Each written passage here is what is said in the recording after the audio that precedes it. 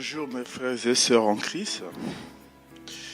Je me présente, je suis le frère Gauthier. Je vis en France, précisément en région parisienne. Ça fait 15 ans que je suis dans ce pays, qui est le pays de Dieu, évidemment. Donc la France, c'est une terre de Dieu. Il y a un peuple qui s'est réveillé en France, assoiffé, qui se donne corps et âme à Christ. Aujourd'hui, j'ai partagé avec vous mon témoignage. Mes frères et sœurs, le Dieu que nous prions, il est grand. Il est grand et il est merveilleux.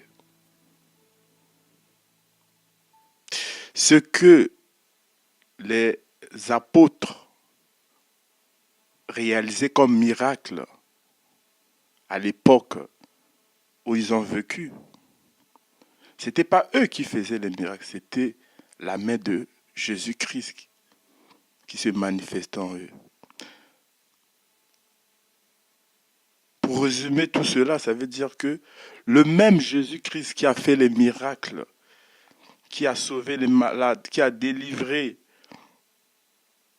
les oppressés, c'est le même Jésus-Christ, par le soutien du Saint-Esprit, qui s'est manifesté au-dedans des apôtres. Et c'est ce même Jésus-Christ qu'aujourd'hui que nous parlons, il fait encore des merveilles. Mes frères et sœurs, je ne sais pas les personnes qui sont devant l'écran en ce moment, qui sont en train de me voir, qui sont en train de m'écouter. Ceux qui ne connaissent pas Jésus-Christ, il faut qu'ils sachent que Jésus-Christ est amour. Qui dans ce monde peut se livrer pour une autre personne? Mais Jésus-Christ n'avait pas de problème. Jésus-Christ n'avait pas de péché. Mais il s'est livré pour l'amour qu'il avait pour nous. Il s'est livré parce qu'il savait que son but, il savait que sa mission, c'était de venir délivrer le monde. C'est pour cela qu'il a tout oublié. La souffrance, ce n'était pas son problème. Il souffrait à l'intérieur de nous. Parce que Jésus-Christ, sans oublier, il était à moitié humain, à moitié Dieu. Donc il avait les mêmes ressentiments que nous, les mêmes sentiments que nous. Lorsqu'il allait à la croix, il souffrait. Mais il n'a pas dit mot. Parce qu'il savait, il voulait libérer l'humanité. Il fallait libérer l'humanité de l'oppression et de l'oppresseur qui était Satan. Mes frères et sœurs, ça c'était un peu dans l'introduction. Maintenant, je vais partager avec vous mon témoignage. Avant de le partager, j'aimerais faire une petite prière. Mon Dieu, mon roi, tu nous as envoyé ton Fils unique Jésus-Christ. Tu l'as laissé être sacrifié sur la croix pour l'amour que tu avais pour l'humanité.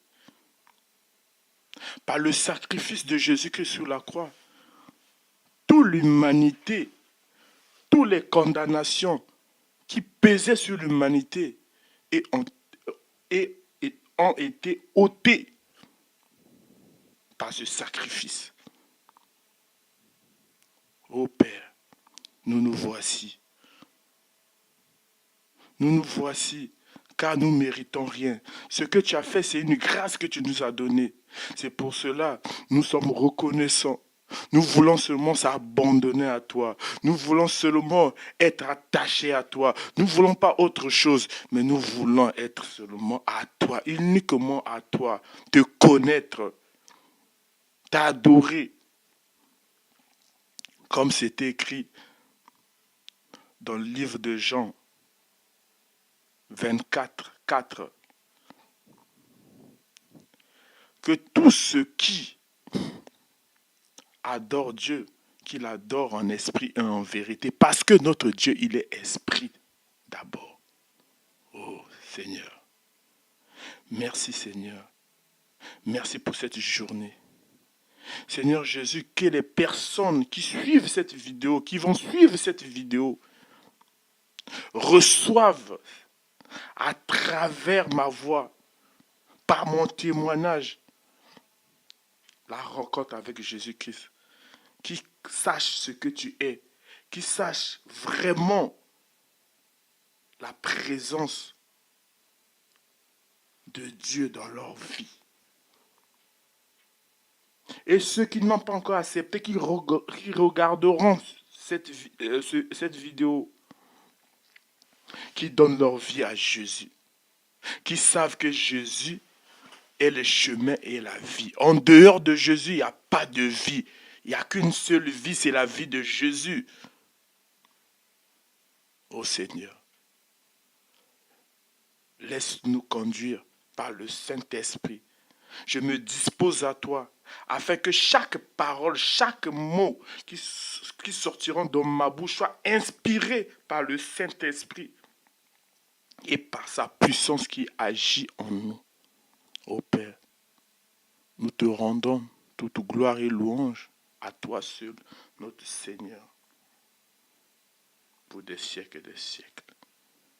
Amen.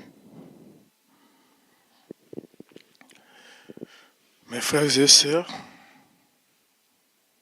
comme je l'ai dit tantôt, je m'appelle Frère Gauthier. J'habite en France, en Île-de-France précisément, dans la ville d'Épinay-sur-Seine. Je vais vous partager mon témoignage. Mon témoignage, il est ficelé en 3 volets. Le premier volet, je vais vous parler un peu de mon enfance. Comment était mon enfance? Ce que j'ai vu pendant mon enfance, ce que j'ai subi pendant mon enfance et ce que moi aussi j'ai fait pendant mon enfance. Je vais le partager avec vous. Mes frères et sœurs, je suis né dans une famille à la base qui ne croyait pas, une famille entre guillemets païenne en quelque sorte. J'étais innocent, je connaissais rien, je grandissais comme tout enfant. Et il y a eu un moment dans ma vie, j'ai subi quelque chose d'affreux. J'étais très jeune à l'époque, je devais avoir 4 ans, 5 ans. Un enfant de 4 ans, 5 ans, il ne connaît rien.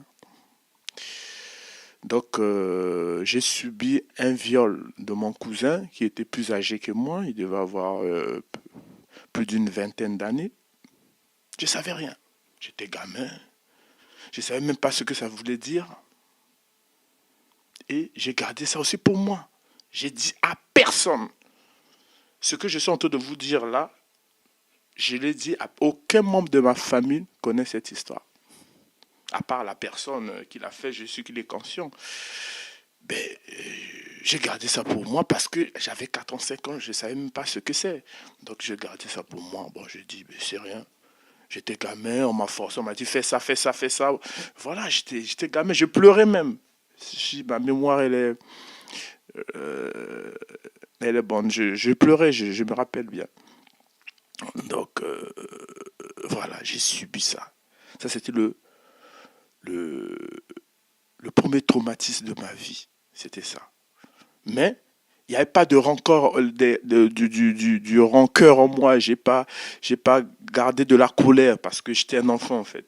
Et j'ai grandi. Avant ça, après ça, tout juste lorsque j'avais 6 ans, oui, 6 ans, quelque chose comme ça, 6 ans ou 7 ans, peut-être moins aussi, il y a eu ma tante. Ma tante, elle est aussi plus âgée que moi, elle devait avoir peut-être 15 ou 16 ans. Toujours innocent que j'étais, insouciant, gamin, et je me suis retrouvé avec ma tante, comme ça, dans la chambre, elle était nue. Et je m'amusais avec elle, je tenais ses parties intimes, je m'amusais, je blaguais, je prenais des objets, je blaguais vraiment, je me rappelle plus si moi aussi j'étais nu, mais ce qui m'est resté dans ma mémoire, c'était elle était nue. Et je m'amusais, je la touchais, je rigolais, je savais pas. Entre guillemets encore, comme je disais, j'étais un enfant, je savais même pas ce que je faisais. Je savais rien. Ça, c'est les deux, les deux situations à l'époque que je voyais, c'était pas dramatique en fait, mais que après, au fil de temps en grandissant, je me suis rendu compte, c'était les portes que j'avais ouvertes à Satan, sans que je me rende compte. Et puis, en grandissant, lorsque je commençais à rentrer vers l'âge de l'adolescence, et je commence à avoir un conflit avec mon père. Je ne vous ai pas signalé, dans ma famille, on est 6 enfants. Il y a 4 filles et 2 garçons. Donc moi, j'étais le troisième. Donc en quelque sorte, j'étais le premier fils de mon père en fait. Donc, mais je ne comprenais pas. Mon père, toujours, il y avait une guerre. Mon père me voyait comme un moins que rien. Je ne savais rien faire. Il m'engueulait tout le temps. Mais lorsque je voyais, j'étais que le seul à subir ça. J'étais humilié tout le temps par mon père. Tu as rien, tu vaux rien. Voilà quoi. Donc, il n'y avait que des paroles négatives qui sortaient de la bouche de mon père sur moi. Des paroles négatives. Et je commençais à grandir avec ça. Je commençais à grandir. Même, non, ça, attends, excusez-moi. Mais ça a commencé même avant l'adolescence. Hein, mais à partir de l'âge de 9 ans, je crois. 9 ans, 10 ans. Et je suis rentré avec dans l'adolescence. Donc, mon père, il commençait à s'acharner contre moi, tu sais rien, voilà, voilà. Il me mettait la pression sur tout et rien. Vraiment, je me voyais persécuté par mon père. Et surtout que je voulais lui faire plaisir, je voulais toujours montrer à mon père, oui, je suis son premier fils, mais quelque part, il n'était pas satisfait. Tout ce que je faisais, il n'était pas satisfait. Et ça a créé une tension, un climat de tension entre moi et mon père, et il y a eu éloignement entre moi et mon père. Donc moi, c'était comme si j'étais son ennemi, quoi. Il s'acharnait que sur moi. Et puis, il y a eu l'étape, j'ai commencé à avoir beaucoup d'échecs dans ma vie. Beaucoup d'échecs. À l'école, ça ne marchait pas. Là aussi, ça a encore accentué la colère de mon père sur moi. À l'école, ça ne marchait pas. Tout ce que je voulais faire, les choses qui me tenaient à cœur que je voulais faire, c'était des échecs. Ça réussissait jamais. Tout ce que je voulais faire, ça ne réussissait jamais. Et je voyais les, les- les jeunes de mon âge, les enfants de mon âge réussir à chaque fois lorsqu'ils faisaient quelque chose, que ce soit à l'école, que ce soit au sport, que ce soit dans divers domaines de la vie. Mais moi, rien du tout. Mais comment? Tout ce que je faisais, tout ce que je voulais faire, c'était des échecs. Bon, je ne comprenais pas, moi j'ai dit quoi. Donc c'est vrai, et je commence à concevoir les paroles que disait mon père. Lorsque mon père me disait, tu es que moins que rien, j'ai commencé à croire, oui, que je suis que moins que rien.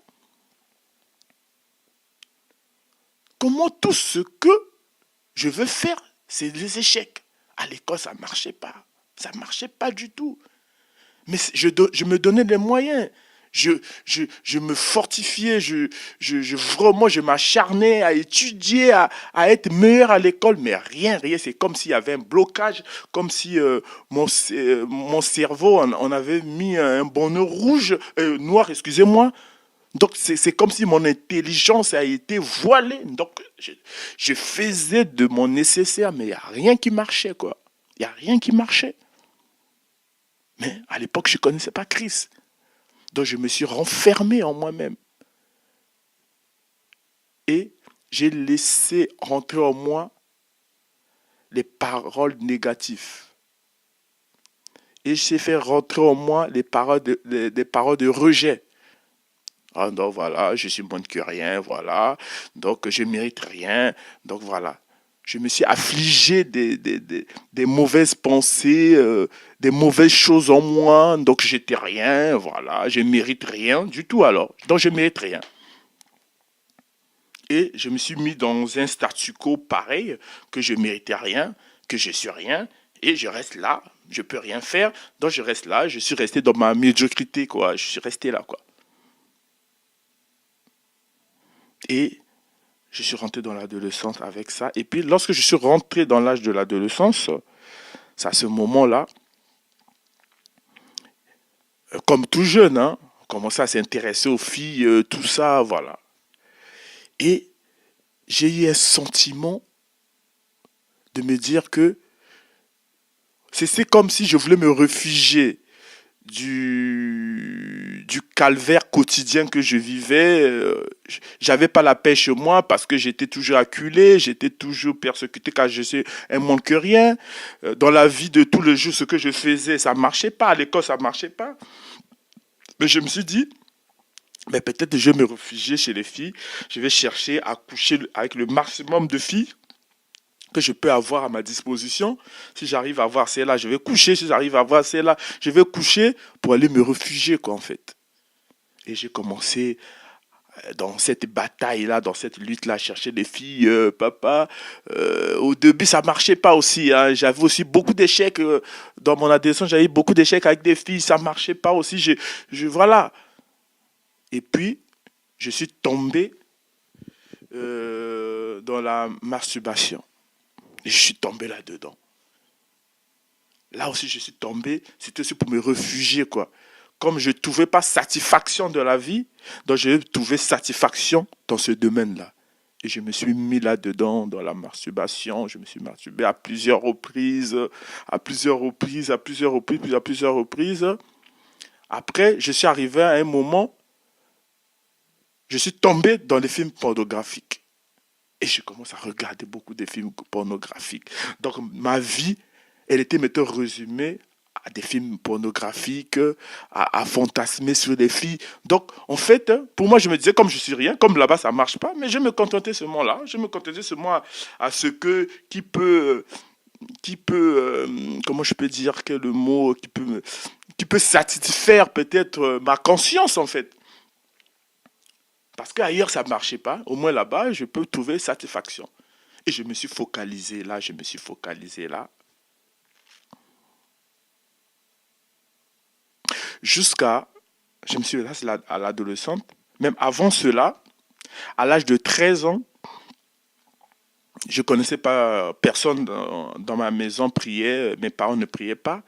Maintenant, ma grande sœur, elle a décidé un jour comme ça, c'était un samedi, elle a dit non, dimanche on ira à l'église. Bon, à l'époque c'était l'église catholique. Ok, à l'église, ben, comme j'ai jamais mis pied à l'église, vous vous rendez compte, donc depuis que j'étais né jusqu'à 13 ans, j'avais jamais mis pied dans une église. Donc à 13 ans, je me suis dit, ben, ma soeur m'a proposé d'aller à l'église, quoi. Ok. Et le dimanche, en plus, dans le quartier, mes amis aussi, ce dimanche-là, allaient à l'église. Et on est arrivé à l'église, on est arrivé un peu en retard à l'église. Donc l'église était déjà pleine. Donc on est resté à l'extérieur. À l'extérieur, mais il y avait des bancs, hein. On était assis là. Et puis bon, ma soeur me disait rien, elle était concentrée à faire sa prière, moi aussi, j'étais là en train de regarder un peu le décor qui était tout autour de moi, parce que j'ai jamais mis pied dans une église. Et puis il y a eu un moment, tout le monde se levait. Rentrer dans l'église, ma soeur se lève, au moins de me dire quelque chose, il me dit rien. Elle est rentrée à l'église, moi j'ai dit, mais tout le monde rentre à l'église là, mais ils vont faire quoi? Et moi aussi j'étais curieux, je voulais savoir. Moi je vais rentrer à l'église. Et je suis rentré à l'église, je me suis mis sur la file là. La file, je me suis présenté jusqu'à devant le prêtre. Sans oublier, c'était le moment de l'Eucharistie. Je ne savais pas. Et le prêtre m'a présenté l'Eucharistie. J'ai ouvert ma bouche et je l'ai mis dans ma bouche. Et j'ai rejoint ma place. Et je vois ma soeur, elle me demande, mais toi, tu étais où? Moi, je lui ai dit, ben, j'étais à l'intérieur, j'étais allé manger ce que vous avez mangé. Oh non, il fallait pas, qui t'a dit? Moi, je savais rien. Moi, je voyais tout le monde rentrer à l'église et tout. Non, il fallait pas, tu vas mourir et tout. Oh là là là, lorsqu'il a employé le mot mourir, moi, j'avais 13 ans, moi, j'avais rien demandé. J'étais chez moi, on m'a dit de venir à l'église et puis on m'a dit, je vais mourir. Donc, franchement, j'étais j'étais dans larmes et tout. On m'a conduit chez le prêtre et le prêtre il a prié sur moi. Il a dit maintenant là, il faut faire le catéchisme. Donc il faut que tu fasses le catéchisme. Et j'ai commencé le catéchisme. En fait, avec du recul, j'ai compris, Dieu était en train de planifier un plan. Il était en train de m'attirer doucement, doucement vers lui. Et j'ai fait le catéchisme comme tout le monde. Là, c'était l'église catholique, mais enfin, ça ne m'a pas restauré rien du tout. Mais c'était au moins mon premier contact avec Jésus, avec qui était Dieu. C'était quand même mon premier contact.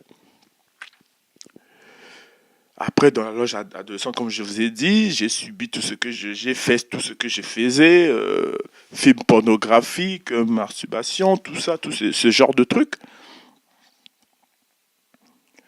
Et j'ai commencé à avoir aussi, à rencontrer des filles, à avoir des rapports sexuels avec des filles, et j'ai commencé à multiplier même les filles. Et j'arrive à coucher avec une, je vais chercher à coucher avec l'autre, voilà quoi. J'étais attiré par des rapports sexuels, quoi. J'étais attiré à faire le maximum rapports sexuels possible. Et puis il y a eu un moment comme ça, je me suis dit, mais ça ne sert pas pour moi de me marier. Je ne vois pas l'importance de me marier. Parce que je ne me vois pas être fidèle avec une même femme, quoi. Je ne me vois pas être fidèle à une même femme. Je me vois avoir plusieurs femmes. Je ne peux pas aimer une seule femme. Non, je ne peux pas, c'est impossible. Et j'ai commencé à prononcer ce genre de paroles en moi. Non, je ne peux pas me marier. Non, ça ne sert à rien. De mariage, ça ne me convient pas. Ça ne me convient pas. Moi, je veux avoir plusieurs femmes. Plusieurs femmes.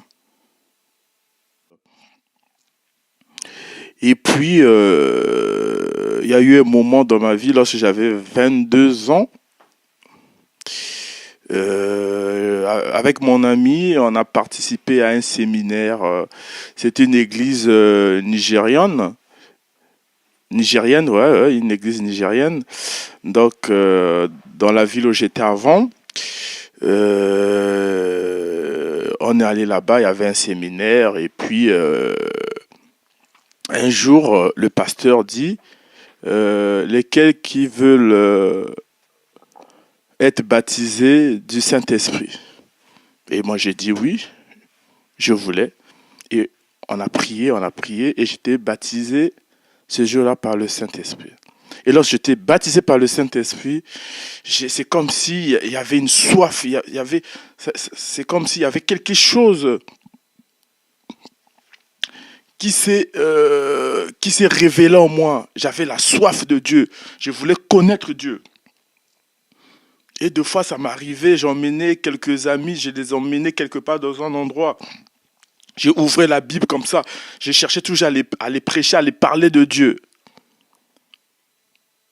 À les parler de Dieu. Et pour moi, je me disais que c'est fini. Là, c'est fini. Je connais maintenant Christ, tous mes problèmes. C'est fini. Donc, pour moi, je me disais, c'est fini, quoi. Plus d'échecs dans ma vie. Il n'y avait rien. Pour moi, je me disais, quoi. C'est comme ça. Pour moi, c'était fini, l'échec dans ma vie.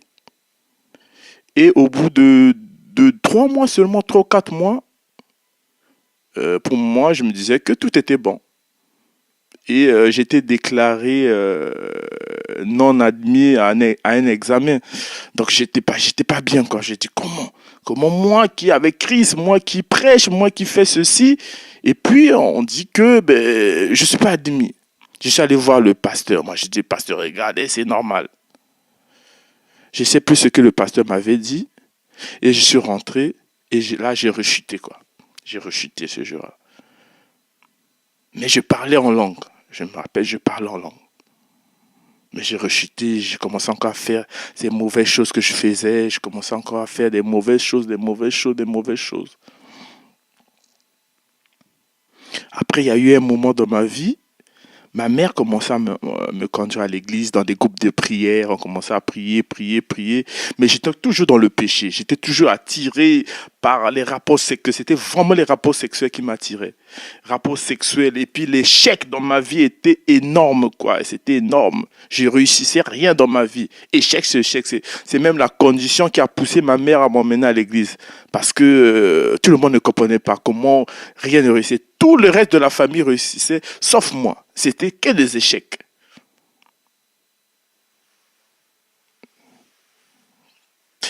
Et puis, je sais pas. Il y a eu un sentiment comme ça qui m'est venu. C'était de quitter le pays où j'étais né. Comme ça, j'ai dit, je dois partir. Et les choses se sont faites tellement vite que j'ai compris une chose.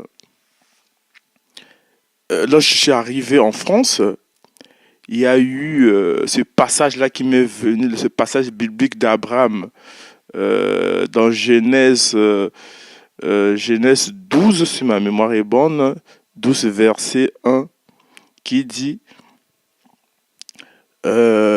quitte, Abraham, quitte la maison de ton père, va dans le pays que je te montrerai. Je ferai de toi un homme important. Je bénirai ceux qui te béniront et je maudirai ceux qui te maudiront. Et toute la terre sera bénie à travers toi.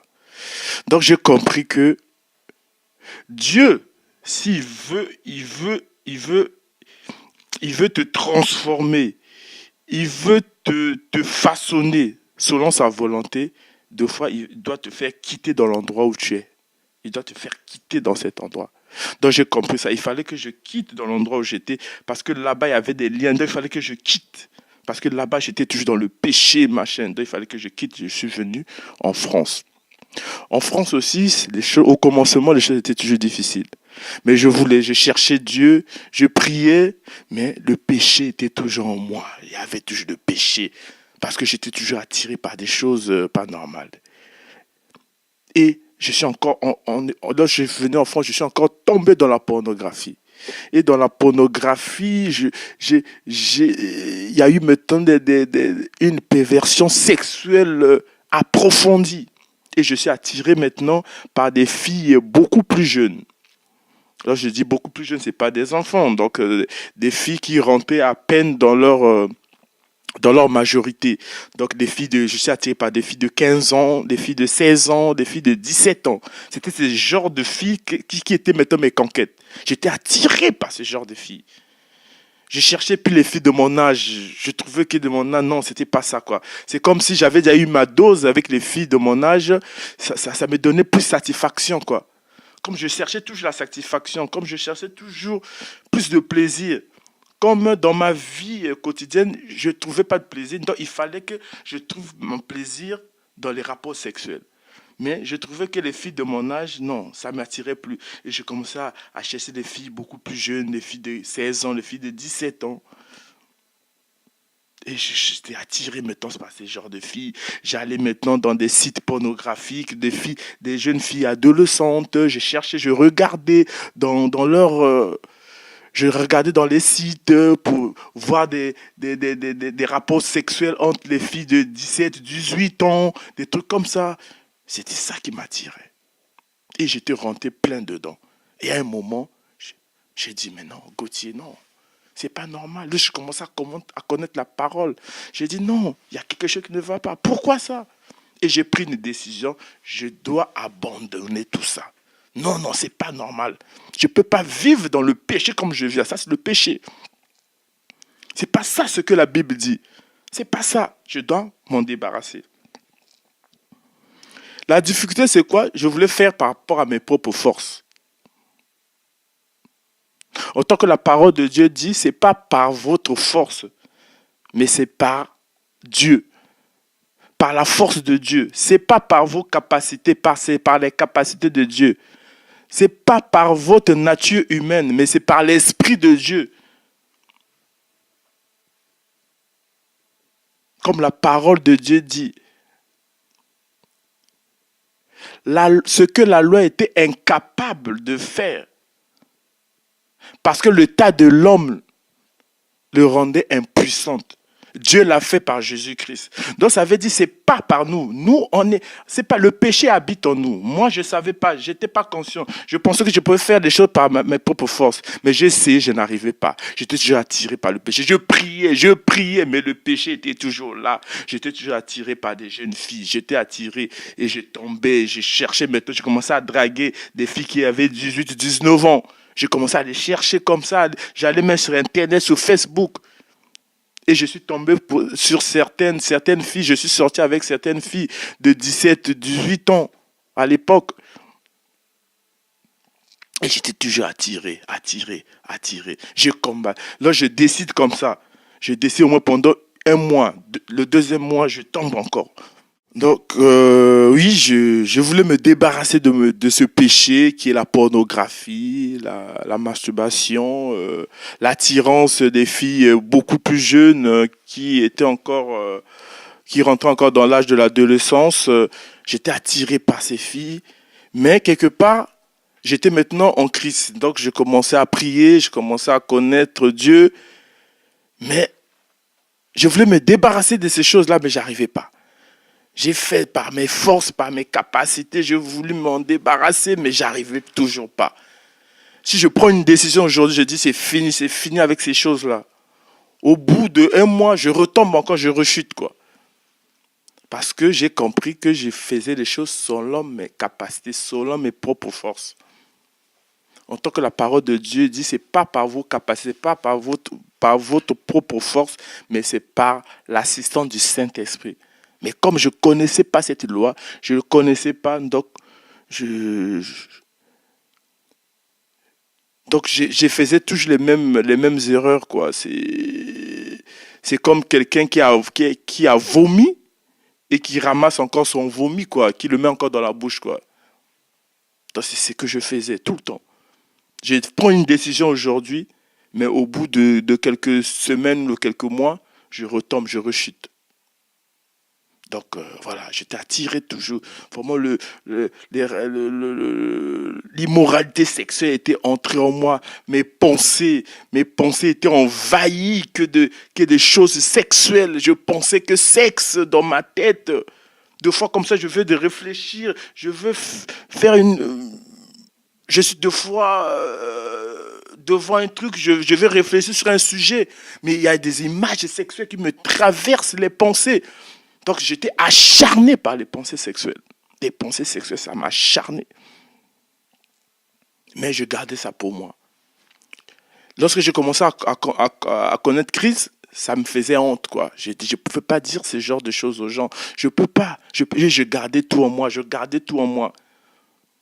En gardant tout en moi, je cherchais à faire des choses par ma propre force. J'essayais de faire, mais j'arrivais toujours pas. J'essayais de faire, mais j'arrivais toujours pas. J'essayais tout, mais j'arrivais pas. J'arrivais toujours pas. Et il y a eu un moment comme ça dans ma vie.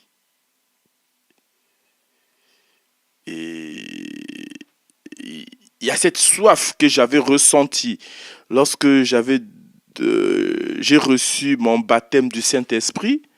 Et il y a cette soif-là qui m'est revenue un jour comme ça. J'avais la soif du Seigneur. J'avais la soif de le louer. J'avais la soif de l'adorer. Je pleurais, des fois je pleurais. Je me rappelle à l'époque, je revenais du travail. Mais je ne pouvais même pas rentrer chez moi. J'étais obligé d'aller. Il y avait un lac qui était loin où je travaillais. Comme je savais, il n'y avait personne. Je me mettais là-bas, je pleurais. Je sentais qu'il y avait quelque chose qui me manquait. Je sentais qu'il y avait une soif. Je pleurais, je dis, Seigneur, c'est quoi? Seigneur. Donc, il y avait vraiment une soif en moi. Mais je ne comprenais pas cette soif-là. Ça s'exprimait comment? Je n'arrivais pas à exprimer cette soif-là. Mais ce que je me rappelle, ce que je disais, c'était c'est mon Seigneur. Seigneur, dis-moi, parle. Excuse, parle-moi. Parlez-moi. Parle-moi, Seigneur. Et à l'époque, je me rappelle, j'étais, comme j'habitais, je travaillais, où j'ai travaillé, c'était non loin de chez ma sœur. Donc, j'habitais chez ma sœur à l'époque. Un jour comme ça, on était au salon, en famille, et je me suis levé, je sais pas, je me suis levé pour aller peut-être dans la chambre, et je suis passé devant la commode de la télé, et en passant, le Saint-Esprit m'a parlé. Il a dit, regarde sur la commande de la télé. Et je regarde, je vois, il y avait un CD sur la commande de la télé. Un CD. Je vois, il y avait une photo. On a mis le poignet d'une personne comme ça. Et puis c'était écrit dessus, cette fois-ci, ça suffit. Il faut que ça change. J'ai dit à mon beau-frère qui était là, il a dit, c'est quoi ça? Ça, c'est la franc-maçonnerie ou quoi? Il m'a dit, oh non, non, c'est pas la franc-maçonnerie. Apparemment, c'est un CD de prière, quelque chose comme ça.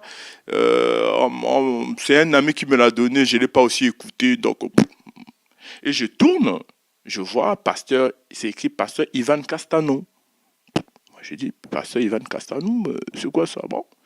Et il y a une voix qui me parle. J'ai écouté une voix dans mon cœur qui me dit, va dans la chambre, ferme-toi et écoute ce CD. Et j'ai écouté ce CD, ça m'a bouleversé. Ça m'a bouleversé à la minute. C'est comme s'il y a eu un boomerang dans mon cœur. C'est comme s'il y a eu une révolution, en fait, dans mon cœur et dans mes pensées. C'est en fait, depuis que j'étais né, j'ai jamais écouté un homme parler comme ça, quoi. C'est comme s'il parlait ma vie. C'est comme si c'était ma vie à moi. Tout était résumé, ma vie était résumée dans ce CD. Il y a eu un boomerang, mais pas possible. Pas possible. Et je me suis enfermé dans cette chambre, j'ai écouté, j'ai réécouté, réécouté, réécouté. Je dis, c'est quoi ça? C'est quoi ça? Ça m'a bouleversé. Après, depuis ce jour-là, je dis, non, cette fois-ci, je dois connaître ce Jésus-là. Avant, je ne le connaissais pas. Je dois connaître ce Dieu-là, parce qu'avant, je ne le connaissais pas. Je dois maintenant le connaître. Je dois le connaître. Et j'ai commencé à me renseigner, à aller sur Internet, à écouter les prédications, à écouter les adorations. J'ai cherché. J'ai commencé à améliorer ma prière. Les paroles que je proclamais contre ma vie, les mauvaises paroles, j'ai décidé de laisser, de ne plus parler de mal de moi. Je commençais à me réapproprier dans mon identité en Christ. J'ai compris maintenant que moi, j'étais un chef-d'œuvre de Dieu. J'étais créé par Dieu. Maintenant, je dois vivre la vie de Dieu qui m'a proposé sur la croix. Donc, je dois maintenant suivre Jésus-Christ en esprit et en vérité. Et j'ai commencé. Mais, à l'époque, j'ai fait encore une erreur parce que j'ai voulu faire toujours selon moi, en fait. Parce que j'avais pas les enseignements. J'écoutais les enseignements. Mais les enseignements que j'écoutais étaient limités. Donc, il y avait beaucoup de choses qui m'échappaient. Et je cherchais toujours à faire des choses selon ma volonté. Et j'ai commencé quand même à faire certaines choses. Mais il y avait toujours le péché qui était là. Parce que j'avais jamais témoigné. Le témoignage n'était pas dans ma vie, j'ai témoigné sur personne.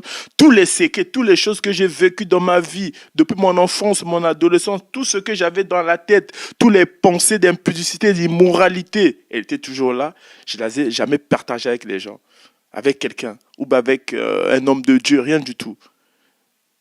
Et j'ai cherché à prier, à chercher Dieu dans les prières, mais ce n'était pas suffisant. C'était pas suffisant. Et rien ne changeait. Et il y a eu un moment comme ça, il y a eu encore une autre voix qui m'a parlé. Tu dois faire des cours bibliques. Et je me suis inscrit dans les cours bibliques. Et là-bas, j'ai commencé à avoir l'enseignement. J'ai pris le cours pendant plus de 6 mois. Tout ça, franchement, ça m'a révélé mon identité. Je me suis décidé, j'ai choisi une église. Je me suis installé dans cette église. J'ai senti le feu, la manière de prier a changé. Ma manière de penser a commencé à changer. Voilà, j'étais vraiment rentré dans la prière. Je commençais à écouter maintenant la voix de Dieu régulièrement. Voilà, il y a eu ça. J'ai commencé à voir le feu en moi. Et j'ai décidé de lâcher tous les trucs pornographiques que j'avais, la copine que je sortais avec elle. Dieu a créé des situations comme ça pour que on soit plus ensemble. Et voilà. Et j'ai décidé, je dis, cette fille-là, c'est fini. Plus de fornication, plus d'impudicité. Je lâche tout ça jusqu'à ce que j'épouse la femme qui sera la femme de ma vie. Et j'ai pris cette décision. Et parce que j'étais maintenant dans une maison de Dieu où il y avait des enseignements, où on prêchait beaucoup sur la sainteté, sur la vraie relation avec Dieu. Donc je dis non, je peux me laisser abuser par ces choses-là. Non, c'est fini, c'est fini, c'est fini. La marche avec Dieu, ça demande des sacrifices. Jésus qui s'est sacrifié sur nous sur la croix. Il a dit, si vous voulez marcher avec moi, il faut que vous soyez en accord avec ma parole. Parce que Jésus-Christ est la parole qui s'est fait chair. Moi, je voulais suivre Jésus-Christ, mais je n'étais pas dans l'obéissance. Donc Jésus-Christ ne pouvait pas se manifester en moi. C'est pour ça que j'ai décidé. Je vais maintenant marcher avec Jésus-Christ. Je vais marcher avec Jésus-Christ. Et j'ai marché. Les rapports sexuels, j'ai cessé avec ça. Plus de rapports sexuels. Mais il y avait des pensées d'impureté qui m'envahissaient, qui me faisaient la guerre de tous côtés. Dans mes rêves, c'était des rêves érotiques tout le temps. Toujours ces pressions-là, c'est vouloir toujours coucher avec des jeunes filles, ça me revenait. Et deux fois, je tombais, j'allais dans les films pornographiques encore. Mais j'ai décidé de ne plus coucher. Mais j'allais toujours, pour satisfaire un peu ma conscience, je vais encore regarder les sites pornographiques et tout. Et là, j'étais en colère. Lorsque je faisais ça, j'étais en colère. Je perdais la connexion avec Dieu. Lorsque je priais, il n'y avait plus la connexion avec le Saint-Esprit. J'avais perdu tout ça parce que lorsque je chutais. Mais je combattais. J'ai dit, mais qu'est-ce qui ne va pas? Qu'est-ce qui ne va pas? Qu'est-ce qu'il faut faire? Une fois dans l'enseignement à l'église, on nous a parlé de tout ça. Ceux qui sont oppressés, machin, ils doivent confesser. Et un jour, j'ai dit, je vais confesser. Après, il y a un esprit qui m'a dit, la honte, ce que tu as fait, c'est pas normal, tu peux pas confesser. Tu vas raconter ça devant tout le monde à l'église, ça serait la honte. Et puis j'ai écouté cette voix, je me suis retracté et j'ai pu confesser. Et comme je n'avais pas confessé, il y avait toutes ces pensées-là. J'étais marginalisé par ces pensées, j'étais mitraillé par ces pensées-là, ces pensées d'impureté, d'immoralité, de perversion sexuelle, ça revenait toujours. Et puis, toujours, l'échec aussi était toujours là. Parce que je peux avoir un travail aujourd'hui, papa, au bout de 6 mois, popo. J'ai jamais eu un CDI. Jamais. J'allais dans un travail, les autres, ils ont eu des CDI. Moi, c'était un contrat. On peut m'utiliser pendant 1 année, mais pas de CDI. Pendant 1 année et demie, pas de CDI. Pendant 6 mois, pas de CDI. Mon contrat finissait toujours. Moi, je dis, qu'est-ce qui ne va pas? Qu'est-ce qui ne va pas? Je prie. Mais rien ne change. Bon. Je continue toujours à prier.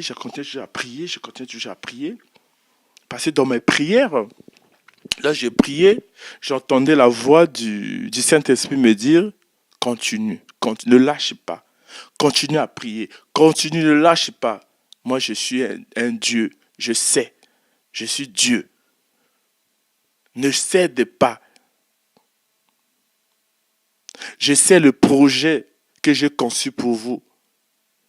C'est le projet de paix, non de malheur, pour vous assurer un avenir plein d'espérance. J'entendais toujours ça qui me revenait. Concentre-toi, ne lâche pas, ne lâche pas, ne lâche pas. Continue, continue à prier, continue, continue, continue. Et je continuais toujours à prier, je continuais toujours à prier. Je combattais toujours avec ces esprits, ces pensées d'immoralité qui étaient toujours là. Et j'ai même une sœur, j'ai même partagé, j'ai dit, ben sœur, essaie de prier pour moi parce que j'ai trop de pensées de moralité, tout ça. La sœur a dit oui, je vais prier, tout ça. Et puis un jour, comme ça, avec la même sœur, elle me dit, non, ben j'ai un frère à moi, il habite l'Irlande, il va venir en France et tout. Bon, ben, j'ai une sœur, bon, normalement, elle va habiter chez une de mes sœurs, qui n'est pas encore en crise, mais je veux pas qu'il reste chez cette sœur-là, parce que cette sœur-là, elle n'est pas en crise, et puis elle a un habillement assez spécial, un accoutrement assez spécial. Donc, non, non, je veux pas. Non, non, non. Je préfère qu'il habite chez toi. Moi, je dis, il n'y a pas de problème. Il n'y a pas de problème. Mais le seul souci, parce que je traverse quand même une situation financière assez catastrophique, si tu peux, parce que je ne peux pas recevoir un frère comme ça dans les conditions que je suis, il n'y a rien, il faut que je le mette dans les bonnes conditions. La sœur a dit, non, il n'y a pas de souci, je vais t'aider financièrement pour qu'on puisse bien le recevoir, il n'y a pas de problème. Et il m'a aidé à faire des courses, voilà, on a garni le frigo. Et le frère est arrivé, on allait le chercher à la gare, on l'a ramené à la maison, on était content, on a fait à manger, on a rigolé, tout ça. Et puis comme ça, dans la conversation, on s'échangeait comme ça de paroles comme ça. Et puis le frère Yves, il s'appelle le frère Yves, le frère Yves se met à parler de certains témoignages, quoi. Il a parlé au moins de 2 ou 3 témoignages, quoi. Au moment où il parlait de ce témoignage, ça m'a touché, ça m'a percé le cœur. Ça m'a percé le cœur. J'ai entendu une voix qui me dit, tu as entendu? Tu as vu? En plus, le frère Yves, lorsqu'il parlait, lorsqu'il expliquait ses témoignages, il allait pas à pas, étape par étape. Donc ça veut dire que c'est comme si il y avait un protocole, un processus, ça veut dire comme s'il y avait un process qui était établi pour faire la confession, étape par étape, dire ceci, aller comme ça. Voilà. Et puis lorsque j'ai entendu, c'est comme si j'ai vu ma vie depuis que j'ai commencé mon enfance jusqu'à l'âge que je suis. J'ai vu les étapes de ma vie, les situations, les situations compliquées que j'ai eues dans ma vie, les situations que j'ai subies, les mauvaises choses que j'ai eu à faire. Et j'ai vu tout ça. Et on a discuté, on a discuté, on a discuté. Mais le témoignage de frère Yves m'est resté là. Je suis allé dormir. Mais il y avait toujours cette pensée-là. Et je me suis endormi. Comme d'habitude, je me réveille toujours au milieu de la nuit, vers 3h, 4h du matin pour faire ma prière. Et je me suis réveillé, j'ai fait ma prière comme d'habitude. Et toujours, je me connecte toujours par le Saint-Esprit. C'est le Saint-Esprit toujours qui conduit ma prière. Et puis le Saint-Esprit me parle. Il me parle. Il a dit aujourd'hui, le 25 janvier 2017, il y aura une rencontre, il y aura ma présence, il y aura une rencontre divine. Ça ne sera pas charnel, mais ça sera la rencontre de Dieu. Ça sera l'Esprit de Dieu qui va se manifester. Aujourd'hui, ça me revenait. Moi, je dis, aujourd'hui, là, c'est quoi? Je ne savais pas ce que ça voulait dire. Le Saint-Esprit, je dis, aujourd'hui. Le Saint-Esprit me revient toujours aujourd'hui. Aujourd'hui, il y aura une rencontre divine. Ça ne sera pas humaine, ça ne sera pas la chair, mais ça sera l'Esprit de Dieu. Aujourd'hui, j'ai prié pendant 1h30. Il n'y avait que ce mot aujourd'hui qui me revenait. Mais je ne savais pas ce que ça voulait dire. Après, je me suis encore, après 1h30 de prière, je me suis je me suis encore endormi. Après, le matin, je ne sais plus, vers 7h, 8h, et comme ça, il y a eu, il y a eu, comme, il y a eu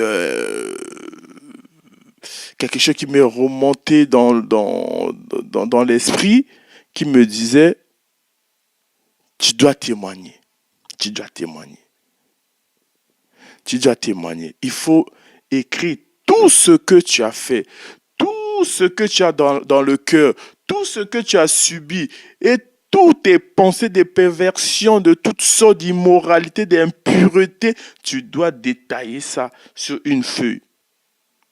Et après, je me suis dit, je vais aller voir mon pasteur, et je vais lui présenter ça, et je vais faire une confession devant lui. Après, j'ai le matin, il y a eu, il y a une parole qui m'est remontée à l'esprit, qui me disait, aujourd'hui, tu dois confesser. Tu dois confesser. Écris tout ce que tu as. Écris tout sur une feuille. Tout ce que tu as subi. Tout ce que tu as fait.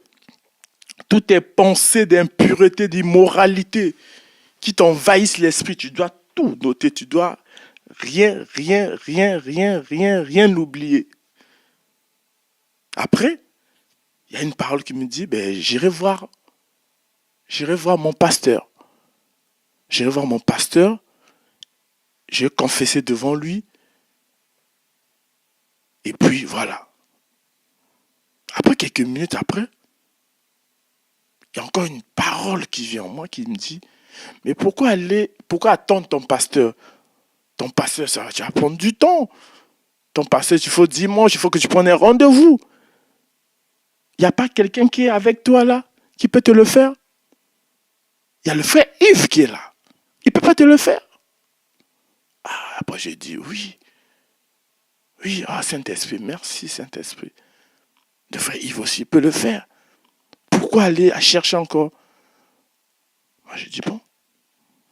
Je vois le frère Yves. J'ai exposé le problème au frère Yves. Le frère Yves a dit, il n'y a pas de problème. Et voilà. On s'est mis à prier.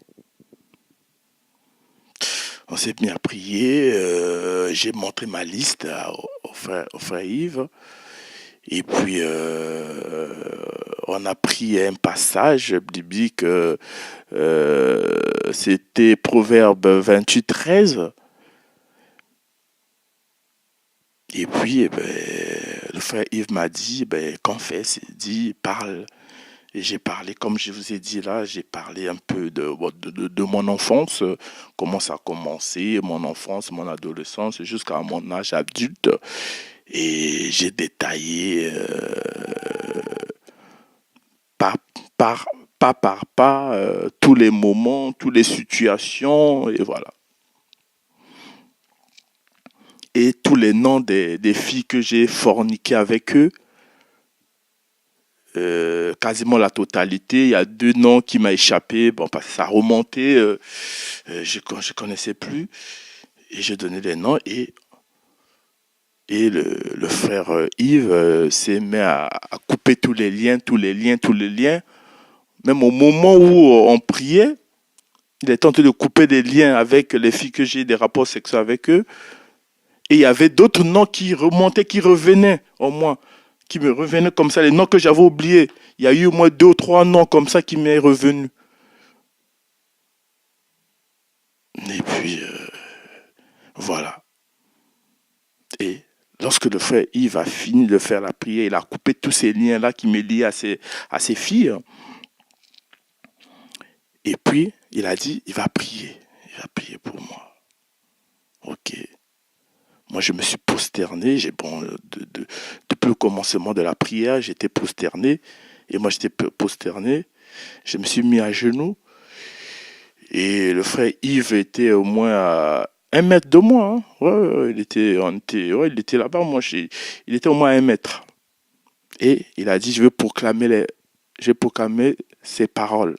On va maintenant prier. Et il a commencé à prier. Oh, il n'a même pas dit plus de 5 mots. Hein. Non. Et j'ai senti, c'est comme si il y avait un tourbillon dans ma tête et quelque chose qui m'a projeté vers le frère Yves. Et j'ai commencé, j'ai crié, il y a eu un cri que moi-même, je n'ai pas compris. Et je me suis mis à bouger dans tous les sens. C'est comme s'il y avait quelque chose qui est en moi.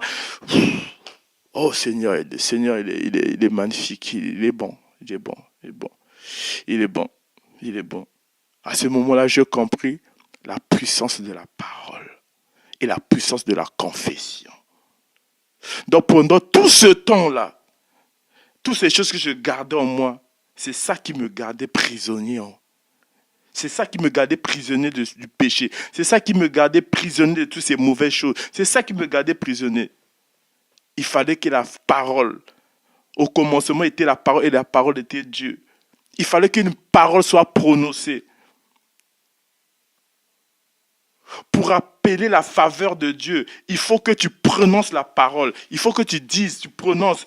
Et l'effet de la parole crée le miracle.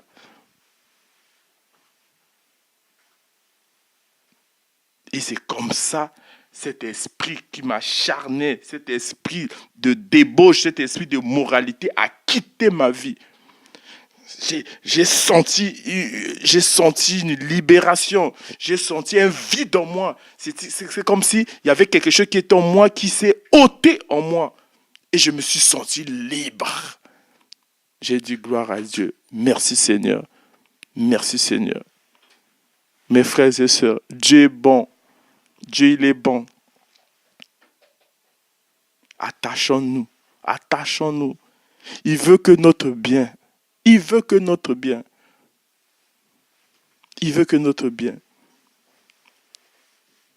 Mais il veut que nous soyons en accord avec lui. En accord avec lui, ça veut dire en accord avec sa parole. Moi, j'étais loin de sa parole. Je voulais faire des choses selon moi. Je voulais faire des choses selon mes propres capacités, mes propres forces. Non, Dieu dit que vous ne pouvez rien. Il a même dit, vous ne pouvez rien faire sans moi. Tu ne peux pas chercher à faire des choses selon ta propre force, tes propres capacités. Il a dit, venez en moi, vous tous qui êtes chargés. Et je vais vous décharger et vous donner du repos. J'ai cherché le repos, mais je ne savais pas comment. Mais le repos, c'était avec Christ. Mais je ne savais pas que ce repos, pour l'avoir, il fallait seulement prononcer certaines paroles. Et être en accord avec sa parole. Il a dit, venez, donnez-moi votre joug. Moi, je vous donne mon joug léger. Car son joug, il est bon pour nous, son joug. Lorsque nous prenons le joug de Christ, vous savez, c'est lui qui nous contrôle. C'est plus le péché qui nous contrôle. Car le péché, ce qui me contrôlait avant, c'était le péché. C'est pour ça que j'avais cet esprit-là, cet esprit de débauche en moi. Parce que c'était le péché qui était rentré en moi sans que je me rende compte par les rapports sexuels que j'ai eus avec mon cousin. Il a fait rentrer en moi des choses que je ne savais pas, qui ont saccagé mon existence, mon parcours. Mais Christ est bon, Dieu il est bon. Dieu connaît toutes choses. Il m'avait déjà connu auparavant. C'est pour ça qu'il dit, peu importe les circonstances, peu importe ce que vous subissez, si Dieu vous a choisi, si Dieu il veut marcher avec vous, si Dieu vous avait choisi pour un but précis, peu importe votre condition actuelle, la seule chose à faire, c'est s'abandonner à lui. Uniquement s'abandonner à lui. Ne vois pas ta condition de vie actuelle. Tu peux subir les mêmes choses que moi. Ce que moi je subissais, voilà, cet esprit-là, tu peux l'avoir. Cet acharnement-là. Mais dis-toi que Jésus a une solution pour toi. Jésus a une solution pour vous. Moi, je sais, je suis conscient aujourd'hui. Parce que c'était ça qui me freinait. Aujourd'hui, je suis libéré en Christ. Je vais faire sa volonté. Ces pensées qui m'acharnent, c'est fini. Je me suis confessé. Car la parole de Dieu dit, celui qui reconnaît ses torts, ses péchés, qui décide de se délaisser, qui les avoue, alors je le guérirai. Moi, j'ai eu ma guérison parce que j'ai avoué mes torts, j'ai avoué toutes les choses que j'avais fait auparavant, toutes ces mauvaises choses, même ce que j'avais subi, même ce que j'ai fait du tort aux autres, même les choses que les autres ont fait du tort pour moi, je les ai révélées. Je l'ai mis à nu en grand jour et le voile s'est déchiré. Comme on dit Jésus sur la croix, il a déchiré le voile qui nous séparait du Père. Le voile était déchiré. Maintenant, il y a la lumière qui rentre. Où il y avait les ténèbres, la lumière est rentrée. Les ténèbres sont parties. Alléluia. Mes frères et sœurs, accrochons-nous. La puissance de la confession. La confession a une puissance énorme. La confession. Je ne le savais pas. Je ne savais pas. Le diable ne voulait pas que je confesse pour que je reste toujours prisonnier. Le diable ne voulait pas que je confesse pour que je reste toujours prisonnier. Mais Christ, il a tout orchestré. Regarde, moi, pendant ma prière, quelques heures auparavant, Christ m'a montré, il m'a dit aujourd'hui, ça sera une rencontre divine. Mais à quelques heures de près, j'ai eu ma délivrance.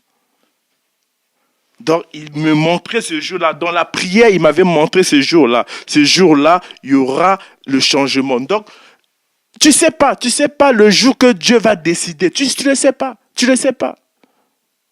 Pendant des mois, j'étais là, j'étais captif du péché. Je combattais contre moi-même par ces oppressions qui étaient sur moi. Je ne savais pas comment me délivrer.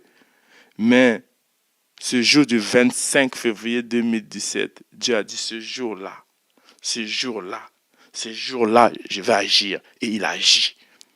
Je suis libre. Mon frère, si tu as honte de tes péchés, dis-toi, ce n'est pas toi, c'est le diable. Parce que le diable, il sait. Si tu as honte de tes péchés, c'est normal que tu as honte de tes péchés. Mais si tu as honte de confesser, ça veut dire que c'est le diable. C'est le diable qui est derrière. Le diable ne veut pas que tu confesses. Il ne veut pas que tu confesses. Il faut confesser, mon frère. Lorsque tu confesses, tu as ta liberté. Ceux qui ne veulent pas confesser, donc ils veulent rester avec ce péché. Ils veulent que le péché leur contrôle. Mais si tu veux plus du péché dans ta vie, si tu veux te libérer du péché dans ta vie, il faut que tu confesses. Lorsque tu confesses, tu te libères de ce fardeau qui est sur toi. À ce moment-là, tu es libre. Car Dieu nous a déjà déclarés libres. Il nous a déjà déclarés libres dans le monde spirituel. Il faut que nous, dans le monde naturel, nous proclamons sa parole, afin que ce qui était déjà conçu dans le monde spirituel puisse être réalisable dans le monde naturel. Confessons, mon frère, confessons-nous de nos péchés et Dieu agira. Ce n'est pas par notre propre force, ce n'est pas par nos propres capacités, mais c'est lui qui fait tout, c'est lui qui agit. Il est grand, notre Dieu. Il est grand, mes frères et sœurs. Ce que je suis en train de vous dire aujourd'hui, là, il y a peut-être 2 semaines, je n'aurais pas le courage de le faire. Non, ce que je le fais là, je sens que je me suis libéré. Si je ne me suis pas libéré, non, je ne voulais pas vous dire. Parce que les choses que j'ai dit là, il y a 1 mois de cela, c'était impensable. Parce que j'ai déjà eu les occasions pour le faire, mais je n'ai pas pu le faire. J'avais honte. Je disais non, non, je ne peux pas. Je ne peux pas. Tout le monde saurait. Mais maintenant, je fais une vidéo. Cette vidéo-là sera mise partout dans le monde. Les gens verront. Mais je ne le fais pas pour moi. Je le fais pour la gloire de notre Seigneur. Je le fais pour que ceux qui sont encore captifs, ceux qui sont encore prisonniers du péché, qu'ils entendent ce témoignage et qu'ils se libèrent par le nom puissant de Jésus. Il va le faire parce qu'il a amour. Dieu a laissé son fils sur la croix. Il s'est détourné de Christ. Il a livré Christ pour l'amour qu'il avait pour les hommes. Mais pourquoi seulement ton péché? Il a dit, déclare, confesse et je te libère. Mon frère, confesse. Confesse et Dieu fera le reste. Tu veux la liberté? Tu veux être libre? Tu veux être épanoui?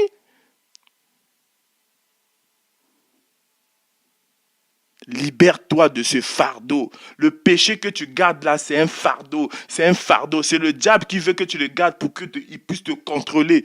Pour que tu puisses être que sous son emprise. Mais lorsque tu te libères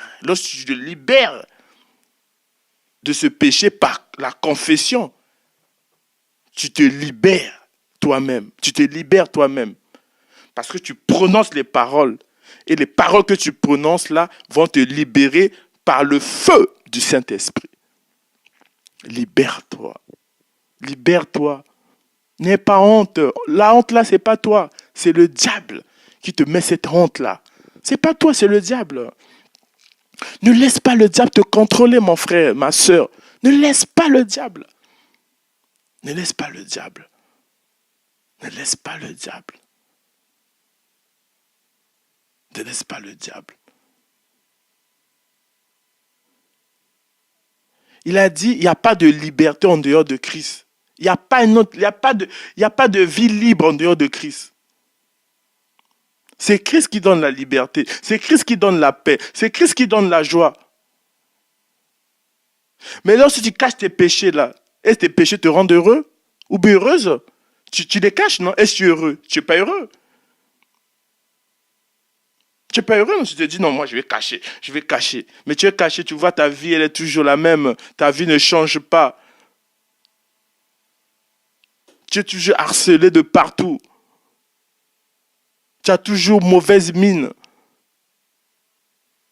Tu es toujours dans la détresse totale. Mes frères, et voilà, je suis libéré. Christ m'a libéré. Et là, ma première nuit, après ma libération, c'était une nuit douce. J'ai jamais dormi comme ça de ma vie. J'ai dormi, c'était une nuit douce, paisible. Paisible, paisible. Avant, là, je dormais, c'était toujours c'était des rêves érotiques, mais là, j'ai dormi, c'était paisible. J'ai ressenti la paix du cœur. La paix du cœur. La paix du cœur. Franchement, mes frères, si vous écoutez ce message, ne prenez pas ça à la légère. Jésus-Christ est vivant. Il est vivant. Je voulais aussi partager avec vous. J'ai un blog qui est à la disposition de tout le monde qui veulent aller creuser, chercher la parole de Dieu, chercher la profondeur de Dieu. J'ai un blog qui s'appelle Chemin de la vérité. Les références vous seront mises dans la vidéo, au-dessus de la page de la vidéo. Si vous voulez aller dans tout ce que j'ai écrit, vous pouvez aller seulement sur Google, vous mettrez Ombamba Gauthier. Mais de toute façon, toute référence vous sera donnée. Donc voilà, c'est ça, les témoignages que je voulais partager avec vous. Mes frères, soyez bénis par le nom puissant de notre Seigneur Jésus-Christ. Venez, n'ayez pas peur. Notre Dieu, il est amour. Il aime tout le monde. Peu importe ce que tu as fait. Peu importe ce que tu as subi dans la vie. Peu importe ce que les hommes ont dit sur ta vie. Peu importe ce que les hommes pensent de toi. Peu importe même tes propres parents ont dit sur toi. Mais Christ, Jésus-Christ, il sait. Il sait pourquoi tu étais venu sur terre. Il sait. Tu étais choisi depuis même l'origine de ce monde. Il t'avait déjà façonné. Il t'avait déjà conçu. Il savait ta mission, il savait ton but ici sur cette terre. Donc mon frère, ne baisse pas les bras. Regarde à Christ. Comme Pierre, lorsqu'il était dans la barque, lorsqu'il fixait Jésus-Christ. Il a dit, Seigneur, si c'est toi qui marches sur les eaux, ordonne que moi je te rejoigne. Jésus avait dit simplement, viens. Il avait dit, lorsqu'il a dit, il n'a pas dit, viens Pierre, il a dit, viens. Mais il a dit, viens, ça veut dire à tout le monde qui croit qu'il est Seigneur et Sauveur, il marchera sur les eaux. C'est ça. Mon frère, il faut être en accord avec la parole de Dieu. Sa parole est vivante. Sa parole est vie. Lui-même était parole qui s'est fait chair. Donc mon frère, ne doutez aucun point de Jésus-Christ. Il est le chemin et la vie. Merci, soyez bénis tous par le nom de notre Seigneur Jésus-Christ.